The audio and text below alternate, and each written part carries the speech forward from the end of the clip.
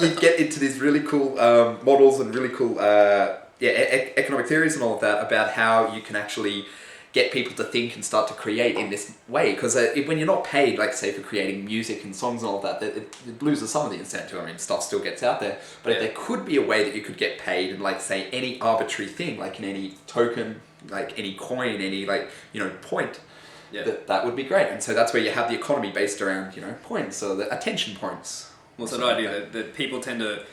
The things that they love to do are usually the things that they're best at doing, but in the real world economy, they're kind of forced away from that. Yeah. It's a bit like, if you're really good at philosophy, there's not too many really good at music. Or like something really obscure, like especially art things and all sorts of... Yeah. And there's not really any money to be made in the real economy. There's few avenues for Instead, people they become lawyers or accountants or bankers or anything. And when you've got abundance everywhere and you can do whatever you like, then people are going to actually start working creatively. But there's still that drive to actually create awesomely big, cool things and cool new stuff. There'll still be a system of organising there. I'm slowing down. But then we're getting to the really fun part. This is where it gets cool. Like, with those assumptions and all of that, it gets into the attention economy. Oh. Well, yeah, the idea is like, how do we build that platform? Because it needs a platform. Like the real world economy, its platform is, okay, you got the scarcity, you got supply and demand because people want those goods. What's the platform? Currency. Yeah. Essentially. And then you have financial markets which all jump on top of the currency. Yeah. But yeah, so what do we do? Like a trend we've been seeing so far is a lot of people are using point systems. Yeah. Like Reddit's using point systems, Dig's using point systems. We're seeing it everywhere. Even Facebook, you can consider it a point system because number of likes. You can do the likes, and even coming out with the Facebook currency and stuff. That we're starting to see these points everywhere, all around the web. They are just getting bigger and bigger and bigger. And what are the points used for? Why do we use them? Yeah, well, they're used to filter the information. Yeah, to filter it and actually just make that. It's a system. It's a mathematical system actually gone around it, but not of physical like money and all of that because. Yeah. I mean, we've got filtering mechanisms of that, obviously, on like eBay and things, but they're just another point system on there. Yeah. And so, it becomes cool. That I guess the idea with the attention economy is in some way, somehow, all of these systems are going to be linked. Yeah, which is roughly linked. Yeah, the same way that, how there was like individual currencies all popped up with all different countries and stuff. If you start seeing, say, like Facebook as a country, like, people have made blog posts about that or the amount of people in it and all these other different communities as countries. And like likes are their own currency, digs are their own currency. Yeah, well... Upvotes are their own currency. See, I'm still not thinking that... well, that's pretty much it. Exactly, because they all have their own different method, their own different way of actually organising and getting the stuff through there, like digs and karma and likes and all of that and how they actually rank it all. And so then somehow they're all going to start getting connected. It's going to become more standardized. Like digs was a good start, I think, and upvoting and liking is a good start. And then it's going to start, there's going to be some way to join them all and it's going to be cool. So a platform that joins them all, either a standard point system where originally, we should go through our original thinking. Because we were thinking this whole new attention economy would be based off, basically if you submit a piece of information, then you should get points back for the amount of attention given to that information. Yeah. And vice versa. If you give attention to a piece of information, you should get some kind of... You should be able to like produce something, chuck it up on the net, and get some points back based on how much that system likes it. Yeah. And we also thought about things like music's a perfect example.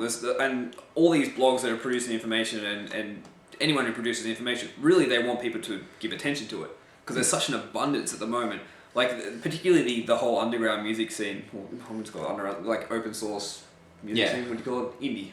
Yeah. Independent music. Like they love it when people pirate their stuff because it's more attention to it. Yeah, you're getting actually people reading and looking at your work and stuff. And I think probably the attention economy has been very much tied to advertising, and like yes, that can happen, but it's not the coolest implementation. It's not the best way to do it yet. No. Because like what the advertising will do is they'll eventually you'll have a piece of content, you pay X amount, they distribute it out, and you pay based on how much attention that piece of information gets. Yeah, it'd be something like even like this video and all of that you just want to get it shown as seen by as like many people as possible, and so you start just pushing out there rather than us actually asking you to pay to actually watch this. Yeah. We're starting to actually pay you to actually watch this because we like music. Like why pay for music when we're actually Flooded. giving out 3-5 minutes of time to listen to your music. That's our attention. Our attention is valuable. Yeah. We only have 24 hours in a day. Yeah. We can't listen to everything. We're listening to your song. Pay us money or something. Give us something back for listening to your song. We're propelling you. And then by us actually listening and going through, like, if we like it, we're going to start wanting less and less from you, because we're like, oh no, let's go back and listen to them again. So you start getting different points based on all of these different things, and so it's kind of like nearly a reverse way there. Yeah, it kind of flips the current model on its a little bit. Yeah, it's one way of approaching it, which is really cool. So we should go through our thought process. So we're thinking that would occur through these different social news sites like Reddit and Dig and Facebook, because we saw them as trying to filter out the information using this point system. The point system, the upvoting, downvoting. Because you see it everywhere. Like, I mean, any of the sites you visit and any of the places around, you must be starting to see like these upvotes, or you might be seeing like likes or some random points. Like Twitter, brilliant example, retweets. The amount of retweets a story has is how much it's propagated through the Twitter sphere. Yeah. And it's essentially, it's using the hive mind to filter information. Yeah. And I mean, we need to make a platform that happens naturally, but more efficiently. And that's the attention economy.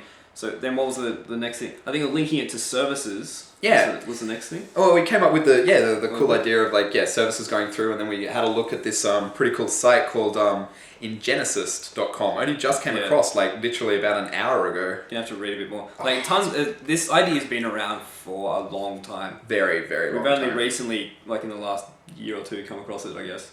Yeah, we'll come across deeper into it, yeah. Actually started going, wow, this is actually going to be the next big thing. Well, one of the next big things, yeah.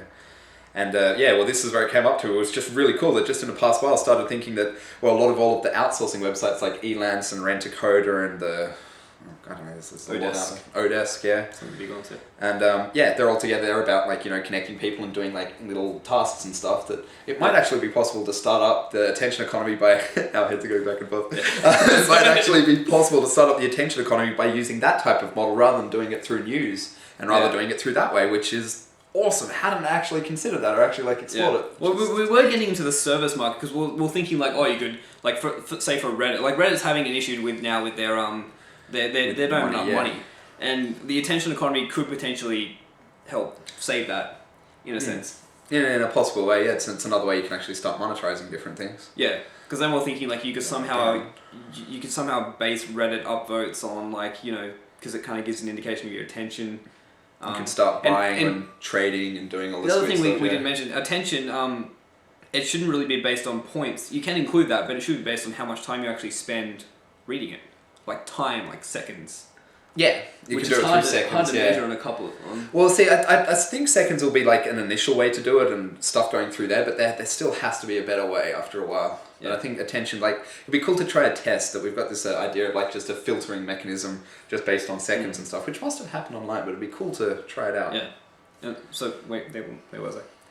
Then then you could possibly use some of those points to like outsource other services you might need, like the other service might. But what you could actually do with this is, these guys were looking at it from the resume point of view, weren't they? Yeah. So actually, all of the skills that you have, actually like quantified into a numerical analysis, really. Yeah. And then you can go further with that. Yeah. So like at the moment, I mean, the entire physical world works on mostly you put up your resume. Which has a degree, like you've done a degree. And usually degrees are built that way for specific jobs. Like jobs come first, demand for jobs come first. Yeah. Or demand for the products. And then, whatever. And trade yourself in. And then the colleges and universities come up with degrees to actually go into those jobs. You then do the degree, you then, you're qualified, you can now do this job. How boring is that? Like, that doesn't match your skills. Like, we've got, okay, guess what my degree is? Business. Economics. Yay. And we're like hardcore interested, like probably more interested in the technology side of things more so than the business side of things. Yeah. Even though we're interested in both. So what would be cool is if I submit my resume to this system, it then quantifies it and works out exactly what I'm good at. Who cares about degrees I've got? Who cares?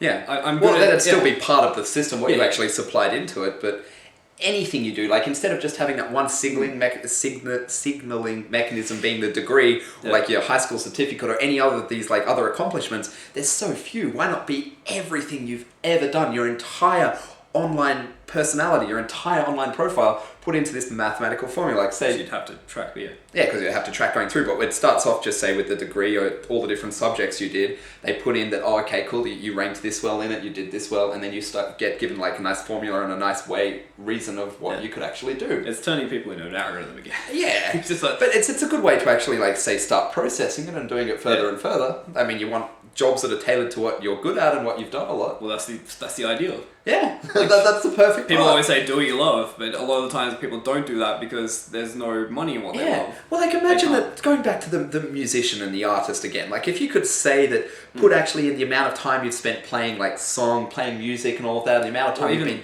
drawing and writing games, and stuff. wow. Even games and all of that. There's skill in that. There's leadership things in all of the guilds and stuff. Like, god damn, they're ridiculous. The stories I've read about it are just crazy.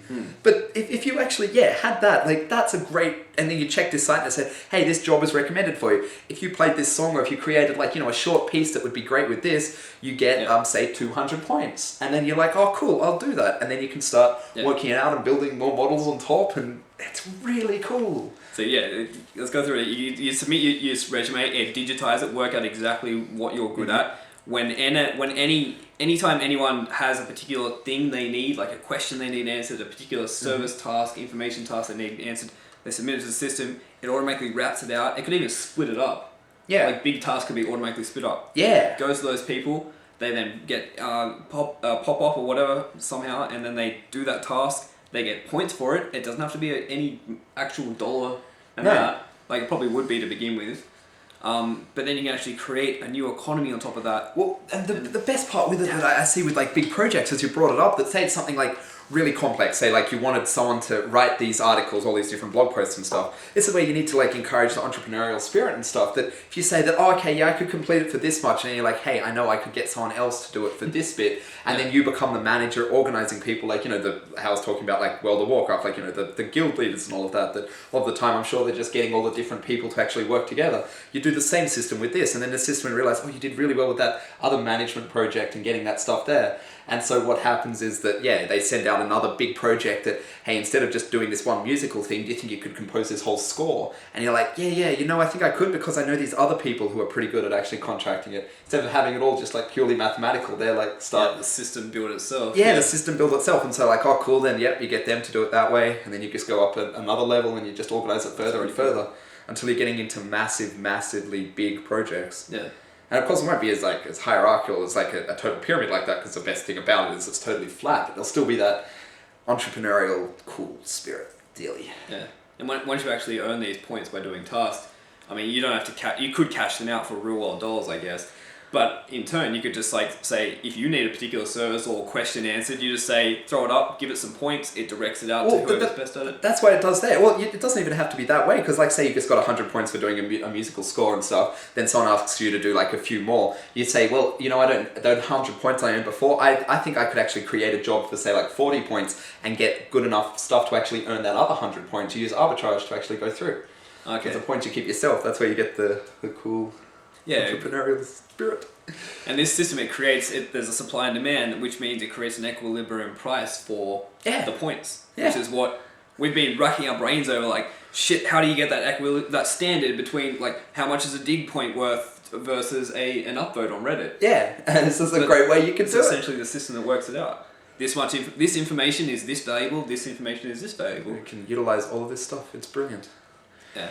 So, that's where we think the economy is going to go next. Yeah, that's going to be the big thing. That's the next economic paradigm and stuff. And this awesome site that I've just found that I'm going to be looking over a ton in the next week. Yeah. Like, my God. They're pretty old, apparently. Yeah, and they've been updating quite recently. Like, the latest one was in July, so it's like, hells yeah. Yeah.